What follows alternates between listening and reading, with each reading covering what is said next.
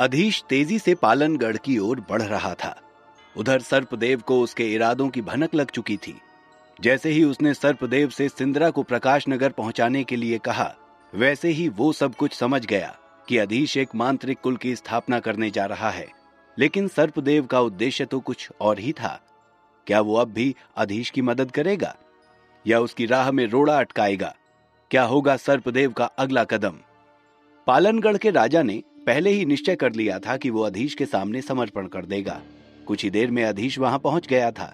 राजा शूरसेन ने आगे बढ़कर उसका स्वागत किया। मांत्रिक अधीश, हम आपका ही इंतजार कर रहे थे। राजा के साथ कई और मांत्रिक खड़े थे। अधीश ने एक भौं ऊपर उठाई, जैसे वो राजा की बात का अर्थ न समझा हो, लेकिन उसने जो कुछ भी सुना था वो सत्य था। राजा वास्तव में उसका इंतजार कर रहा था। राजा ने अपनी मंशा साफ की। बात यह है मांत्रिक अधीश कि हम युद्ध करना नहीं चाहते, बल्कि हम पहले ही समर्पण कर रहे हैं और आज से 8वें राजकुमार के प्रति निष्ठा की शपथ लेते हैं। अधीश ने पूछा, तुम में से मांत्रिक शतानन कौन है? मैं उनके साथ व्यक्तिगत रूप से बात करना चाहता हूं। राजा शूरसेन ने अपने साथ खड़े मांत्रिकों की ओर देखा। वे सब भी एक दूसरे की ओर देख रहे थे। किसी के पास भी इस बात का जवाब नहीं था। राजा ने कहा, मांत्रिक अधीश, आपके यहां आने से बहुत पहले ही मांत्रिक शतानन ये राज्य छोड़कर चले गए हैं। अधीश गर्जा, क्या? मैं खास उन्हीं से मिलने तो यहां आया था। खैर, उसे तो मैं बाद में खोज निकालूंगा, फिलहाल आपको ही देख लूं। उसने बम्मन की ओर इशारा किया तो बम्मन ने आगे बढ़कर 3 और नाम लिए। वे 3 अब भी वहीं थे। अधीश ने खा जाने वाली निगाहों से उनकी ओर देखा और राजा से कहा, इन तीनों को मेरे हवाले कर दो और मैं 8वें राजकुमार से आपको कोई दंड या सजा ना सुनाने की सिफारिश कर दूंगा। ये सुनते ही राजा ने उन मांत्रिकों की ओर देखा, लेकिन राजा की आज्ञा मानने की बजाय अपने अपने अस्त्र संभाल कर वे अधीश की ओर लपके। लेकिन अधीश की उंगली के एक इशारे पर ही वे कुछ ही पलों में जलकर राख हो गए। राजा शूरसेन चुपचाप खड़ा ये दृश्य देख रहा था। उसने कुछ भी नहीं कहा। अधीश यही तो चाहता था, उसके पहुंचने से पहले ही उसकी प्रसिद्धि उस जगह पर पहुंच जाए। जब उसके नाम की प्रतिष्ठा बनेगी, तभी तो मांत्रिक कुल बनाने का सपना सफल हो सकेगा। दूर से एक और आकृति उड़ती हुई आई। ये सर्पदेव था, जो अधीश के पीछे पीछे चल रहा था। मांत्रिकों की राख देखकर सर्पदेव ने निराशा से सर हिलाया, लेकिन वो कुछ भी कह नहीं सकता था। 8वें राजकुमार की आज्ञा के अनुसार सारे मामले अधीश को ही निपटाने थे। वो बीच में बोल नहीं सकता था। वैसे भी अब तक के अवलोकन के बाद वो समझ चुका था कि अधीश उसके बराबर ही शक्तिशाली है। अतः स्वाभाविक रूप से उनके दृष्टिकोण में परिवर्तन आया था। अधीश के प्रति सर्पदेव के रवैये में यह सबसे सीधा बदलाव था। अधीश ने सर्पदेव से कहा, सर्पदेव, पालनगढ़ तीसरा उपहार है जो मैं महामहिम 8वें राजकुमार को प्रस्तुत करता हूं। अधीश की बात सुनकर राजा शूरसेन स्तब्ध रह गया। घबराई हुई नजर से उसने अधीश की ओर देखा, लेकिन जैसे ही अधीश से उसकी नजरें मिली, उसने जल्दी से सर हिलाया और कहा, मांत्रिक अधीश ठीक कह रहे हैं। आज से पूरा पालनगढ़ सिर्फ 8वें राजकुमार के आदेशों के अनुसार कार्य करेगा। सर्पदेव के दिल में उल्लास की लहर दौड़ गई। दक्षिण में 8वें राजकुमार का प्रभाव इतना मजबूत नहीं था, लेकिन उत्तर के तीनों बड़े राज्य अब उसके कब्जे में थे। साथ ही उनकी सीमा प्रकाश नगर और लेख नगर तक जाती थी, जहां से पाथरगढ़ राज्य में प्रवेश करना सबसे आसान था। उसने हंसते हुए कहा, मांत्रिक अधीश, आपका तीसरा उपहार कोई छोटा नहीं है। मैं 8वें राजकुमार से जल्दी मिलकर आपकी वीरता के किस्से सुनाऊंगा। मुझे विश्वास है कि महामहिम 8वें राजकुमार मांत्रिक अधीश के प्रति बहुत आभारी होंगे। इसके साथ दक्षिण में 8वें राजकुमार का प्रभाव बहुत कम समय में कई गुना बढ़ गया होगा। ये वास्तव में एक विशाल उपहार है। अधीश ने 3 मुख्य लक्ष्यों को प्राप्त कर लिया था और साथ ही उसका उद्देश्य भी पूरा हो गया था। अब अधीश का नाम घुमंतु मांत्रिकों के बीच तेजी से फैल जाएगा। उसने सर्पदेव से कहा, आपका काम पूरा हुआ सर्पदेव। अब मैं प्रकाश नगर में अपने परिवार के पास वापस जाना चाहता हूं। सर्पदेव ने सिर हिलाया। महामहिम 8वें राजकुमार के आगमन की खबर के लिए आपको अधिक समय तक इंतजार नहीं करना पड़ेगा। अधीश ने सर्पदेव के निहित अर्थ को समझ लिया। उसका मतलब था कि राजकुमार खुद उससे मिलने आएगा, और ऐसे में अधीश को वहां से जल्दी नहीं जाना चाहिए, क्योंकि 8वां राजकुमार अभी भी महत्वपूर्ण मामलों के बारे में अधीश से मिलना चाहता था। कुछ सोचने के बाद अधीश ने धीरे से जवाब दिया, कम से कम 6 महीने तक अब मैं प्रकाश नगर में ही रहूंगा। अधीश अब कुछ दिन प्रकाश नगर में ही रहकर अपने परिवार की देखभाल करना चाहता था और अपने नए लक्ष्य को पूरा करने की दिशा में भी काम करना चाहता था। मांत्रिक कुल का निर्माण कोई आसान काम तो था नहीं। इसके लिए समय और ऊर्जा की एक बड़ी मात्रा की आवश्यकता होगी। मांत्रिक बम्मन ने अधीश से कहा, बम्मन, चलो प्रकाश नगर वापस चलें। अधीश ने सर्पदेव को विदा दी और मांत्रिक बम्मन के साथ पालनगढ़ छोड़ दिया। क्रोक क्रोक क्रोक क्रोक अभी बूंदाबांदी हुई थी। विश्वा के महल के बाहर बने बाग में एक छोटा सा ताल भी था। उसमें से मेंढक निकलकर इधर उधर कूद रहे थे। बाहर सुरक्षा के बड़े इंतजाम थे। रात हो चुकी थी, लेकिन बड़े गोल कमरे में अब भी चहल पहल थी। 3 बच्चे वहां खेल रहे थे। देवयानी एक और कुर्सी पर बैठी हुई थी और अमृत बच्चों को बहला रही थी। बीच बीच में वो दरवाजे की ओर देख लेती। देवयानी ने पूछा, बेचैनी हो रही है अमृत? अमृत की बड़ी बड़ी आंखों में आंसू भर आए। उसने सर हिलाया। देवयानी उसके पास जाकर बोली, परेशान मत हो, वो जल्दी आ जाएगा। माधवी को देखो कितने आराम से सो रही है। माधवी एक बड़ी कुर्सी पर बैठे बैठे ही सो गई थी। वो वास्तव में अब भी उतनी ही मासूम और निश्चिंत थी। वैसे भी इस महल की महिलाओं में वो सबसे छोटी थी और उसने अपनी सारी चिंता मधुमती देवी और अमृत के ऊपर छोड़ दी थी। देवयानी ने प्यार से माधवी के गाल पर हाथ फेरा और उसने करवट बदल ली। ये देखकर अमृत को हंसी आ गई। मुस्कुराते हुए बोली, काश मैं भी इतनी निश्चिंत होकर सो सकती, लेकिन जब से वो हमला हुआ है मुझे एक भी रात ठीक से नींद नहीं आई है। वे लोग कोई सामान्य चोर लुटेरे नहीं थे। देवयानी ने कहा, चिंता की बात तो है, और ऐसे कठिन समय में मृगांक भी यहां नहीं है। वैसे क्या किसी को कुछ पता है वे थे कौन? अमृत ने कहा, सारा मामला सर्पदेव ने खुद संभाल लिया था। शायद 8वें राजकुमार को पहले ही इस हमले की खबर लग चुकी थी, लेकिन ये बहुत शक्तिशाली मांत्रिक थे और संख्या में भी अधिक थे। मुझे अब अधीश के लिए चिंता हो रही है।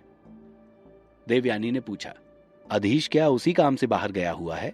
अमृत ने जवाब दिया, मुझे ठीक ठीक तो नहीं पता, लेकिन मैं जानती हूं वे उन्हीं सबको तलाशने गए होंगे। दिन बीतने के साथ साथ अमृत और अधिक चिंतित हो रही थी।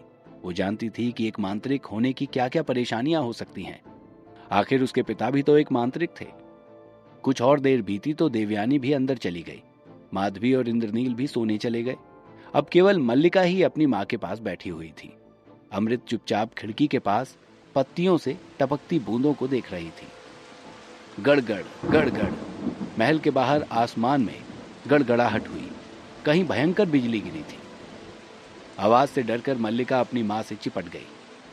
गड़गड़ाहट के बाद बाहर तेज बारिश शुरू हो गई। अमृत ने देखा कि बाहर घना अंधेरा हो चुका है। उसने अनुमान लगाया कि बहुत देर हो चुकी है और अधीश आज भी वापस नहीं आएगा। मल्लिका को लेकर वो अंदर जाने के लिए उठी। इतने में दरवाजा खुलने की आवाज आई। उसने पलटकर देखा तो अधीश उसके सामने खड़ा था।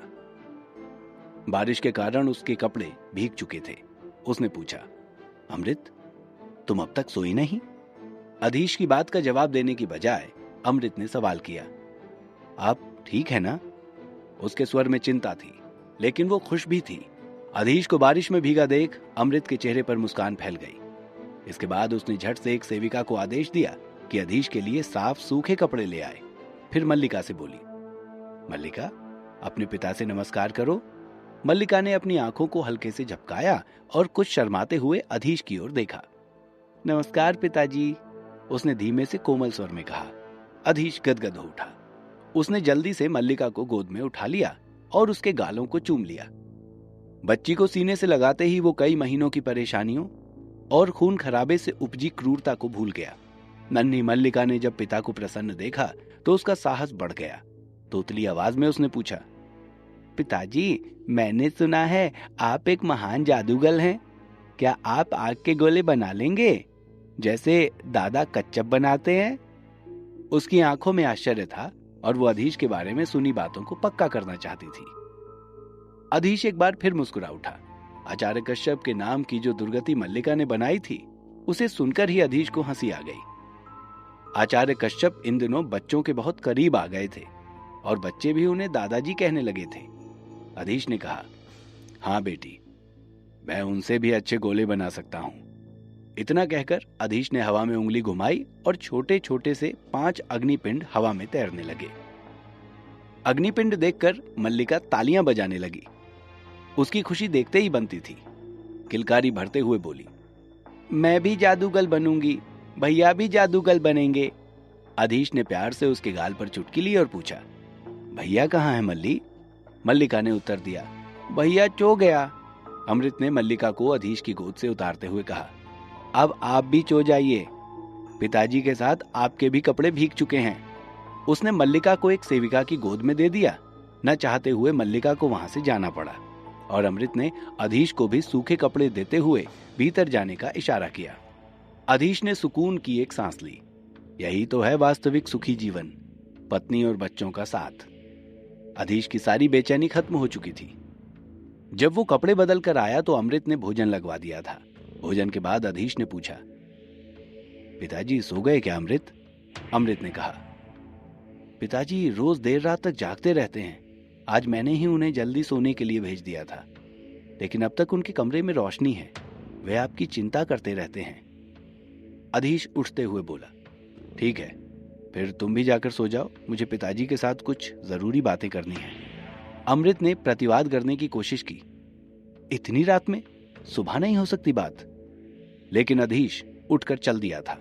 अमृत ने सर हिलाया और अपने कमरे की ओर चली गई। वो जानती थी कि एक बार ठान लेने के बाद अधीश पुरोहित सुबह होने तक भी नहीं रुक सकता। पिताजी! कमरे के बाहर से ही अधीश ने आवाज दी। जैसी उम्मीद थी, उसने देखा कि कमरे में अभी भी मोमबत्ती की रोशनी का उजाला हो रहा था। अधीश! विश्वा ने हड़बड़ी में दरवाजा खोला। अधीश को बाहर देखकर उनके दिल को सुकून मिला और उन्होंने राहत की सांस ली। अधीश जानता था कि उसके पिता भले ही किसी से कहते नहीं हैं, लेकिन मन ही मन उसको लेकर बहुत चिंतित रहते हैं। ठीक भी है, पुत्र चाहे कितना भी शक्तिशाली और योग्य हो, एक पिता के लिए वो हमेशा उसका बालक ही रहता है और पिता कभी भी उसकी चिंता करना नहीं छोड़ सकता। विश्वा जी को पता था कि अधीश कहां और क्यों गया है। वो खुद को रोक नहीं सके और पूछ ही लिया, क्या वे सब मांत्रिक? अधीश ने मुस्कुराकर कहा, हाँ, उन्हें उनके किए की सजा मिल चुकी है। आज के बाद कोई भी इस महल की तरफ आंख उठाकर देखने की भी हिम्मत नहीं करेगा। भले ही अधीश ने यह बात शांति से कही थी, लेकिन उसकी आवाज में आत्मविश्वास की स्पष्ट झलक दिख रही थी। उसने आगे कहा, पिताजी, मैं एक बहुत जरूरी विषय पर आपके साथ बातचीत करना चाहता हूं। क्या आपके पास समय है? विश्वा जी ने जवाब दिया, हाँ बेटे, कहो, क्या बात करनी है? अधीश ने कहा, पिताजी, मैं एक मांत्रिक कुल की स्थापना करने के बारे में गंभीरता से सोच रहा हूं। विश्वा जी चौंक पड़े, क्या मांत्रिक कुल? लेकिन यह कैसे संभव है? कई दिनों के बाद आज अधीश इतना सुकून महसूस कर रहा था। कई महीनों बाद वो इस तरह बैठकर अपने पिता के साथ बातचीत कर रहा था। लेकिन कितने दिन का था ये सुकून और शांति? 8वें राजकुमार की आगे की योजना क्या अधीश को कुछ और दिन शांति से बैठने देगी? जानने के लिए सुनते रहिए द मैजिशियंस सीक्रेट, सिर्फ और सिर्फ पॉकेट FM पर।